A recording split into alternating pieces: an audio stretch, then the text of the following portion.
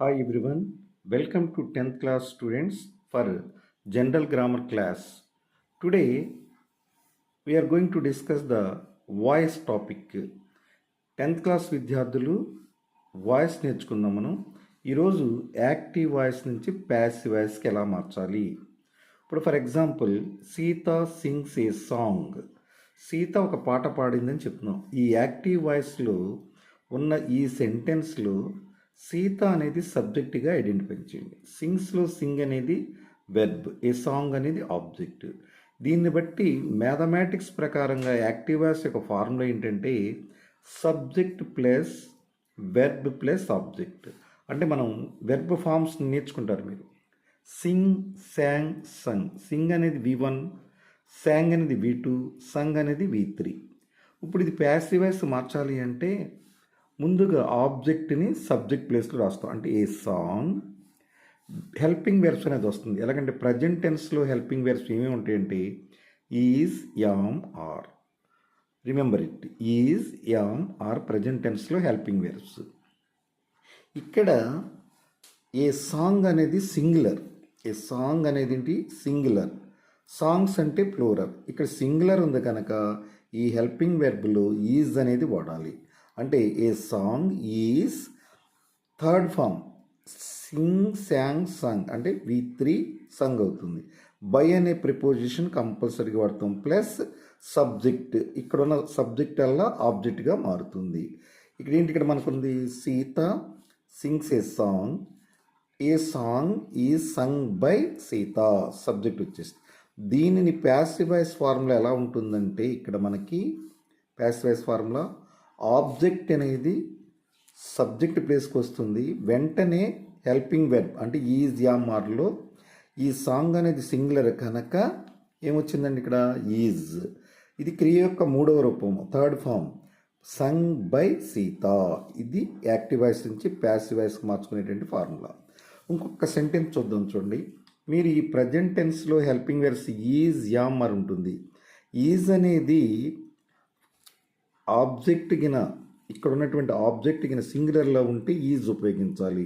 ఫ్లోరర్లో ఉంటే ఏంటనేది మీ తర్వాత చెప్తారు. నెక్స్ట్ సెకండ్ సెంటెన్స్ చూడండి ఒకసారి. I drink milk.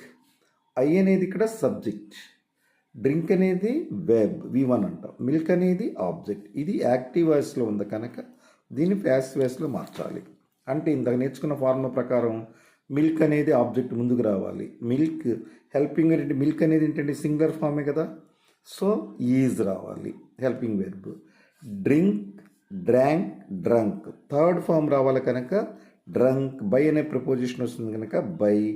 ఇక్కడ ఐ అంటే ఏమవుతుందంటే ఆబ్జెక్ట్ సబ్జెక్ట్ ఐ అల్లా ఇక్కడ ఆబ్జెక్ట్కి వచ్చేటప్పటికి మీ అని రాసుకోవాలి. అంటే మిల్క్ ఈజ్ డ్రంక్ బై మీ.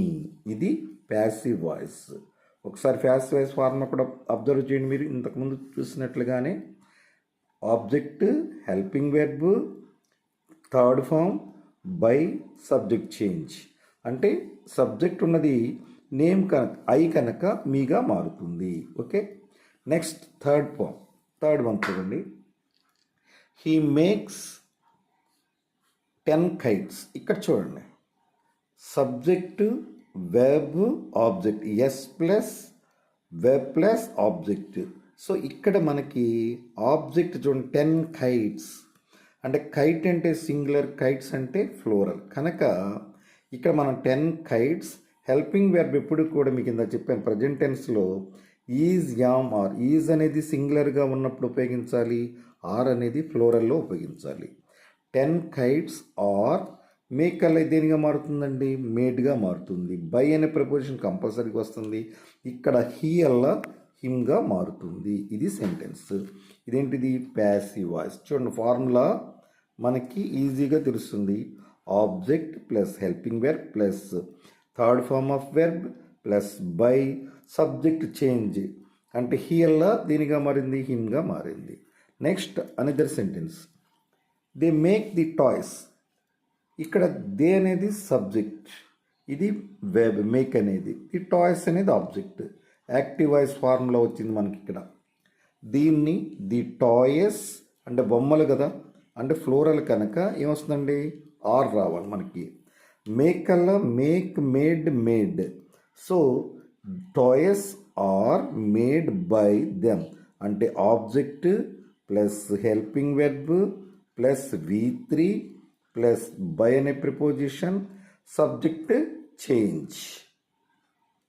అంటే ఏంటంటే ఇక్కడ దేనిగా మారుతుంది, దెమ్గా మారుతుంది. ఇది ప్రజెంట్ టెన్స్లో ఉన్నటువంటి వాయిస్ని, యాక్టివ్ వాయిస్ని ప్యాసివ్ వాయిస్గా మార్చాం. Thank you for watching my video. Please subscribe my channel, like and share with your friends.